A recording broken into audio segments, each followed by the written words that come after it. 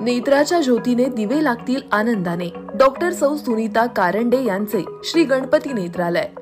आपल्या आरोग्याची काळजी घेण्याकरिता पंढरपूर शहरामधील लोकांच्या विश्वासात सार्थ ठरलेले एकमेव नेत्र रुग्णालय म्हणजे श्री गणपती नेत्रालय.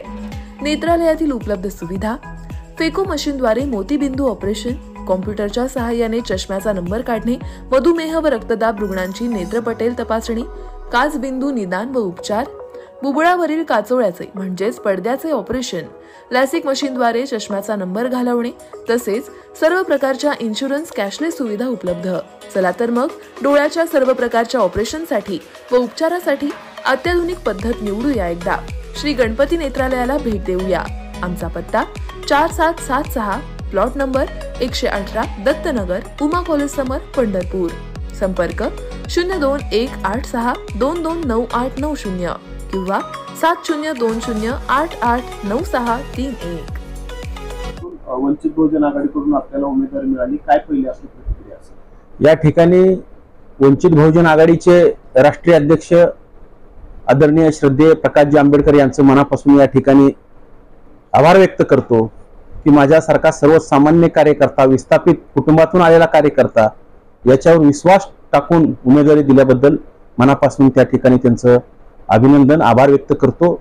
आणि उमेदवारी दिल्याबद्दल या ठिकाणी उमेदवारी घेऊन नुसतं बसणार नाही, तर लोकांमध्ये जाऊन या ठिकाणी वंचित बहुजन आघाडीचा असेल, ओबीसी महासंघाचा विचार असेल, हा लोकांमध्ये जाऊन मांडण्याचं काम या ठिकाणी करणार आहे.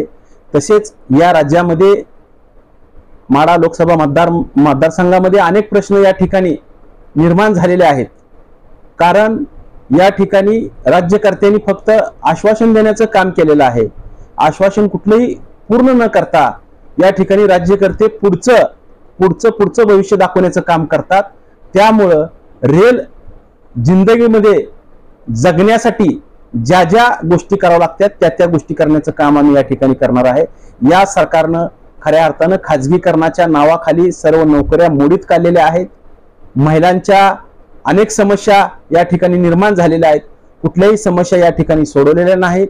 या ठिकाणी तरुणांच्या हाताला काम नसल्यामुळं तरुण मुलांची लग्नाची वय होऊन गेली तरी देखील तरुणांची लग्न या ठिकाणी होई नाहीत. अशा प्रकारचे अनेक प्रश्न या ठिकाणी निर्माण झालेले आहेत. आणि बहुजन समाजातील जे तरुण आहेत त्यांना देखील सरकारनं सांगितलेलं आहे, स्किल डेव्हलपमेंट सांगितलंय, अनेक वेगवेगळ्या स्कीमा सांगितल्या, अनेक वेगवेगळे इंग्रजी शब्द उच्चारून त्यांनी या ठिकाणी भुलभुलैया करण्याचा नाद केलेला आहे. पण कुठल्याही प्रकारचे सर्वसामान्य बहुजन समाजाच्या मुलांना कर्ज मिळालेलं नाहीत, उद्योग मिळाले नाहीत. फक्त आश्वासन देण्याचं काम या ठिकाणी या सरकारनं केलेलं आहे. म्हणून या सरकारला खाली खेचण्यासाठी वंचित बहुजन आघाडी, ओबीसी महासंघ या ठिकाणी पूर्ण ताकदीने या ठिकाणी लढणार आहे. भाऊ, एकंदरीत पाहिलं गेलं तर आपण शरद पवार गटाशी एकनिष्ठ म्हणून खूप वर्ष झाल्यापासून काम करतो. आपण नगराध्यक्ष म्हणूनही काम करतो. आपण शरद पवारांकडे माढा लोकसभा मतदारसंघातून आपल्याला उमेदवारी मिळावी अशी मागणी केली होती का? मी ज्यावेळेला मुंबईमध्ये आदरणीय शरदचंद्रजी पवार साहेबांच्या अध्यक्षतेखाली मीटिंग होती त्यावेळेला 6 महिन्यापूर्वी या ठिकाणी मागणी केली होती. पण माझा अनुभव असा आहे की या ठिकाणी प्रस्थापित कुटुंबातून आला तरच खऱ्या अर्थानं त्याचा विचार केला जाईल.